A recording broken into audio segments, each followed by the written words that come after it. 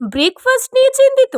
একদম হতে হবে না। তার জন্য আজকে আমার এই ফুলফিলিং একটা breakfast recipe, mushroom spinach omelette, যেটা কিন্তু ভীষণ টেস্টি খেতে। আমার এক্সপ্রেশন দেখে বুঝতেই পারছো। প্রথমেই কিন্তু আমি ফ্রাইং প্যানে বাটার অ্যাড করব। বাটার দিয়েই কিন্তু মাশরুম কেটে রেখেছিলাম সেটাই দিয়ে দেব। এরপর দিয়েছি আমাদের বাঙালির পালং শাক, যেটাকে বলছি স্পিনাচ। ব্যাস, তারপরে সামান্য নুন দিয়ে ভালো করে ভাজা ভাজা করে নেব। দেখো, ভাজা ভাজা আর সেদ্ধ কিন্তু একদম হয়ে গেছে। এরপর দুটো ডিম আমি এখানে কিন্তু ফেটিয়ে নেব। তাতে দেব গোলমরিচের গুঁড়ো আর দেব দুধ। দুধ আমি এখানে হাফ কাপ ইউজ করেছি। ভালো করে ফেটিয়ে নিয়ে ফ্রাইং প্যানে সাদা তেল আর সামান্য বাটার গরম করে ডিম যেটা ফেটিয়ে রেখেছিলাম সেটা দিয়ে দিতে হবে।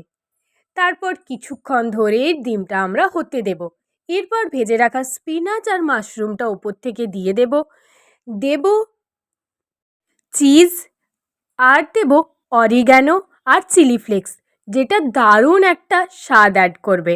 আর এখানে তোমরা চাইলে ঝালের জন্য কিন্তু কাঁচা লঙ্কাও দিতে পারো। এরপর শুধুমাত্র ফ্লিপ করে নিলেই আমাদের কিন্তু ডিমের অমলেট মাশরুম আর স্পিনাচ দিয়ে একদম রেডি। শেষে ধনেপাতা দিয়ে সার্ভ করো গরম গরম, আর তার সাথে ব্রেড টেস্ট হলে জমে যাবে। টাটা।